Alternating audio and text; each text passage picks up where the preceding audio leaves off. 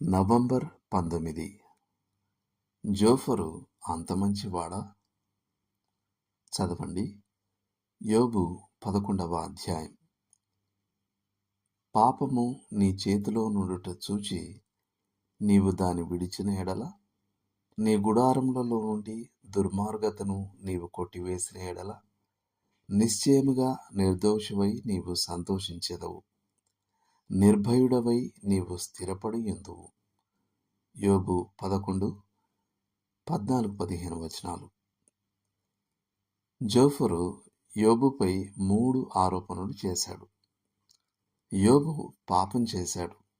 1-4 వరకు గల వచనాలు. యోబు దేవుని ఎరుగడు. 5-12 వరకు గల వచనాలు. యోబు పశ్చాత్తాపపడకుండా మొండిగా ఉన్నాడు. 13-20 వరకు గల వచనాలు. నిరీక్షణకు అవకాశం ఉంది అన్నది జోఫరు యోబుకిచ్చిన ప్రోత్సాహం.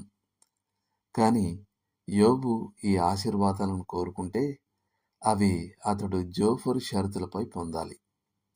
యోబు తప్పక పశ్చాత్తాపపడి తన పాపాలు ఒప్పుకోవాలి. 13-14 వచనాలు. జోఫరు యోబును తన కష్టాల నుండి బయటపడడానికి దేవునితో బేరమాడమని శోధిస్తున్నాడు. యోబు ఊరికే దేవుని యందు భయభక్తులు కలిగి ఉన్నాడా అని అడిగాడు సాతాను.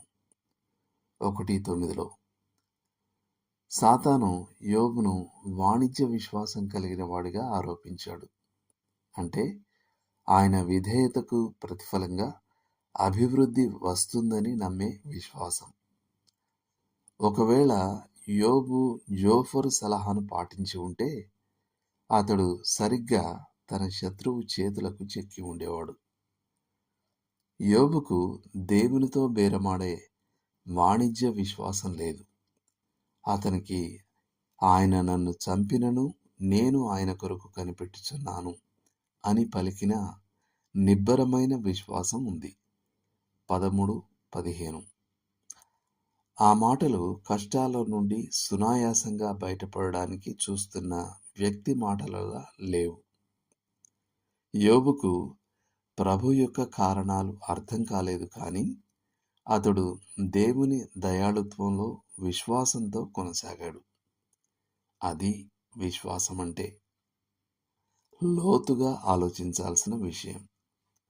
యోబు స్థానంలో మీరుంటే జోఫరు ఆరోపణలు, సలహాలు విన్న తర్వాత మీకెలా అనిపిస్తుంది? దేవుడు మిమ్మును దీవించునుగాక. ఆమెన్.